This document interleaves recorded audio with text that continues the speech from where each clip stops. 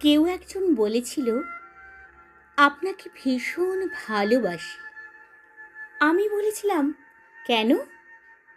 সে বলেছিল, আপনার চোখ দুটো সুন্দর, আপনার কণ্ঠস্বর শুনতে ভালো লাগে, খুব মিষ্টি করে কথা বলেন, যে কেউই আপনার প্রেমে পড়বে। আমিও তাই আপনাকে ভালোবাসি। আমি বুঝেছিলাম এটা তার ভালোবাসা না, এটা তার ভালো লাগা। তাই তাকে আর ভালোবাসা হলো না। একজনকে একটা গোলাপ দিয়ে বলেছিলাম ভালোবাসি। তারপর কিছুদিন পর গোলাপটা তার কাছে চাইলাম। সে বলেছিল, গোলাপটা শুকিয়ে গেছে, গন্ধহীন হয়ে গেছে, তাই ছুঁড়ে ফেলে দিয়েছি। আমি বুঝেছিলাম সে সৌন্দর্যের প্রতীক।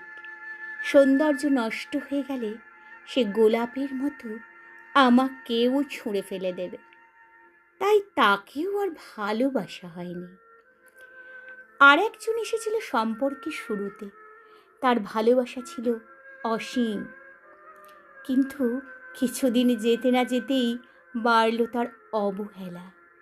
আমি বুঝেছিলাম সে নতুনে মুগ্ধ। একটু পুরনো হলে তার আর আগের মতো ভালো লাগে না। তাই তাকেও আর ভালোবাসা হয়নি। জীবনে ভালোবাসা পাওয়ার অযোগ্য মানুষটাকে ভালোবাসার থেকে সারা জীবন সঠিক মানুষটার জন্য অপেক্ষা করা ভালো। সেই মানুষটি জীবনে আসলে আপনার সৌন্দর্যের নয়, আপনার ব্যক্তিত্বের প্রেমে পড়বে। তার কাছে আপনি কখনোই পুরাতন হবেন না।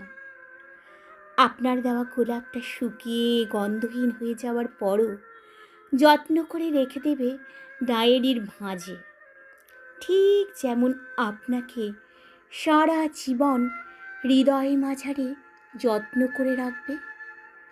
সারা জীবন এমন কাউকে খুঁজে পেলে তাকে নিয়ে জীবনটাকে সাজিয়ে ফেলুন।